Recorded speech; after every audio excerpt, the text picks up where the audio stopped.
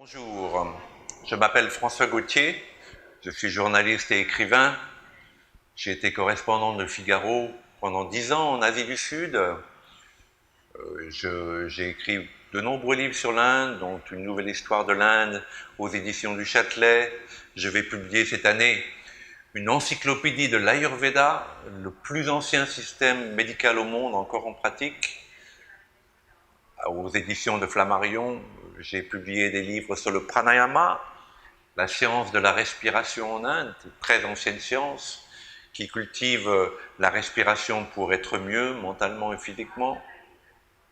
Je prépare aussi également une biographie d'Ama, cette sainte indienne qui embrasse tout le monde.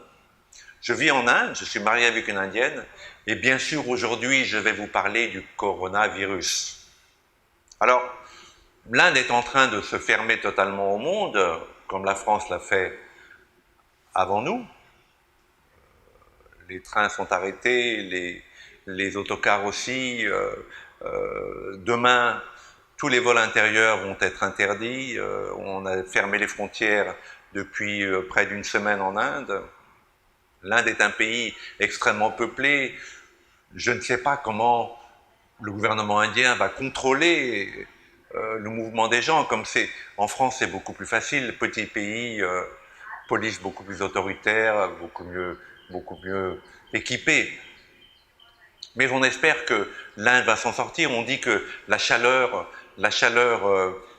empêche le coronavirus de se propager plus rapidement. Et nous arrivons maintenant en Inde dans la saison chaude, à partir du 1er avril jusqu'en juillet, jusqu'à la mousson.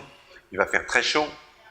Alors, j'aime beaucoup ce pays, je défends l'Inde depuis très longtemps et j'espère vraiment que l'Inde ne va pas trop souffrir de ce coronavirus parce que c'est un pays qui reste quand même beaucoup plus pauvre que le nôtre et les gens ont très peu de nourriture et d'argent en stock, peut-être un mois de nourriture et d'argent avant de souffrir énormément. Je voudrais parler du coronavirus à la lumière un petit peu de cette connaissance qui existe en Inde. Alors, certains ont été accusés de sinophobie lorsqu'on dit que le coronavirus est un virus chinois, mais c'est la vérité. Il y avait un remarquable article dans le New York Times hier qui montrait comment le coronavirus s'est propagé. Il est né dans les marchés de Wuhan, où il faisait très froid en novembre. Et bon, probablement à cause du manque d'hygiène. Vous savez, on entasse des animaux les uns sur les autres, des poulets, des lapins, des serpents, et leurs excréments tombent sur les cages une par une jusqu'à ce qu'elles arrivent en bas. Alors, est-ce que le coronavirus est né de ce manque d'hygiène, de cet appétit des Chinois pour manger presque vivants, car on les tue devant eux, les serpents, les rats, les oiseaux, toutes sortes, les chauves-souris, on parle beaucoup des chauves-souris. Ou est-ce qu'il est né dans un laboratoire parce que tous les pays du monde, on le sait aujourd'hui, se préparent à une guerre biologique? Est-ce qu'il est né dans un laboratoire qui était destiné à fabriquer un virus temporaire et non mortel, mais qui puisse enrayer la révolte à Hong Kong qui a pris jusqu'au coronavirus des dimensions extrêmement inquiétantes pour le gouvernement chinois? On ne sait pas.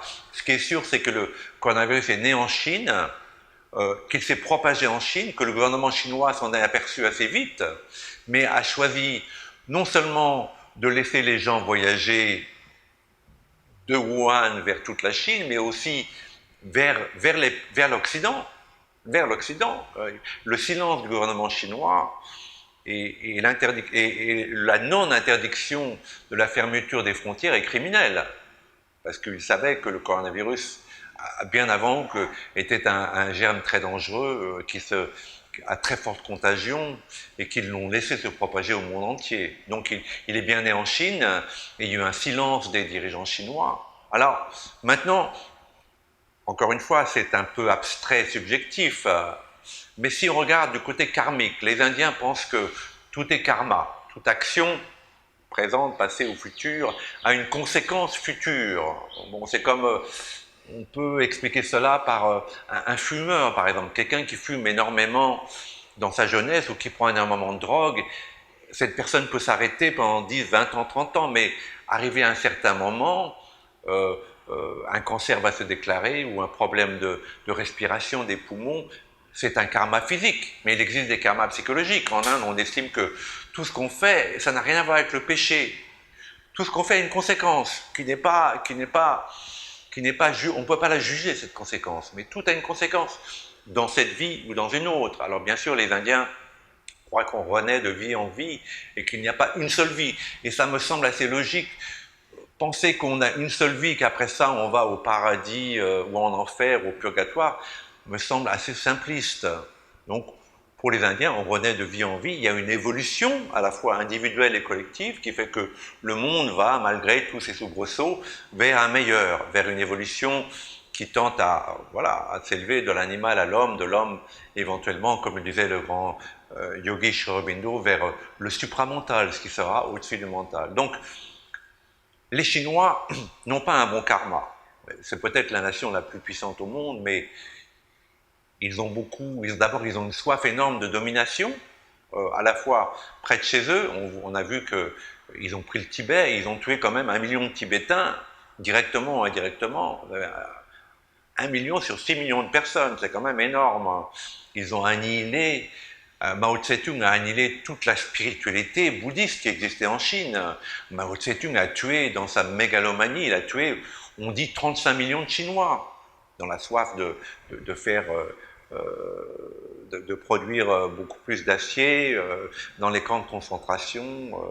Donc il y a eu de la part de la Chine d'abord un mauvais karma vis-à-vis des autres, et aussi une soif de domination énorme. Donc, la Chine revendique des parties très importantes de l'Inde, comme l'Arunachal Pradesh, qui est un État très important dans le nord-est de l'Inde, à la frontière du Tibet, revendique une partie des Himalayas, et les Chinois sont en train, ils ont peut-être arrêté maintenant, mais ça va recommencer, de construire une nouvelle route de la soie, à travers le Cachemire pakistanais, à travers les Himalayas, qui descend sur un port en eau profonde au Pakistan, qui s'appelle Gwadar, et de là va inonder l'Occident.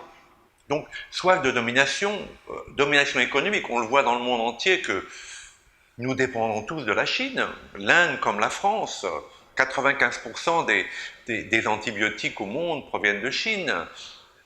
Tous les téléphones, Renault, les pièces détachées pour Renault, les chips Internet. La Chine fournit au monde énormément, donc il y a une soif de domination économique et géopolitique de la Chine. Donc c'est aussi un karma. Alors, derrière ce coronavirus, est-ce qu'il y a également un karma? Est-ce que ce n'est pas un signe pour nous, une fois que ça va passer, de regarder à nouveau et de voir qu'il faut quand même sortir de cette dépendance de la Chine? Il faudrait peut-être regarder du côté de l'Inde, qui est un pays démocratique, qui aime l'Occident, contrairement aux Chinois, qui sont très méfiants vis-à-vis des Occidentaux, qui a un système juridique en place, ou des Indiens qui sont des gens qui s'intègrent partout dans le monde, qui se sont intégrés en France, aux États-Unis, et qui sont des gens qui s'intègrent merveilleusement, qui payent leurs impôts, qui deviennent des top, leurs enfants dans les universités, eux, dans leur job, c'est des gens formidables, les Indiens. Or, nous sommes toujours sujets à ces clichés propagés par mes amis du CNRS, les indianistes, de la pauvreté, de la corruption, du fondamentalisme, des clashs entre hindous et musulmans indiens. Mais non, non, l'Inde est le pays d'avenir. Et donc, c'est un moment pour nous, Français, de réfléchir et de dire, oui, nous dépendons trop des Chinois, oui, il existe, ce virus vient de la Chine, oui, la Chine a gardé le silence, c'est un crime contre l'humanité d'avoir laissé ce virus se propager à toute l'humanité et de causer maintenant un énorme backlash, des conséquences énormes, économiques, politiques, individuelles. Comment est-ce que les gens souffrent aujourd'hui partout dans le monde à cause des Chinois, à cause du silence des Chinois? Donc il y a un crime contre l'humanité, c'est aussi un karma, passé, présent et futur. Il faudrait peut-être que nous regardions ce virus, cette épidémie, à cette lumière-là, indienne, qui vient de l'Inde.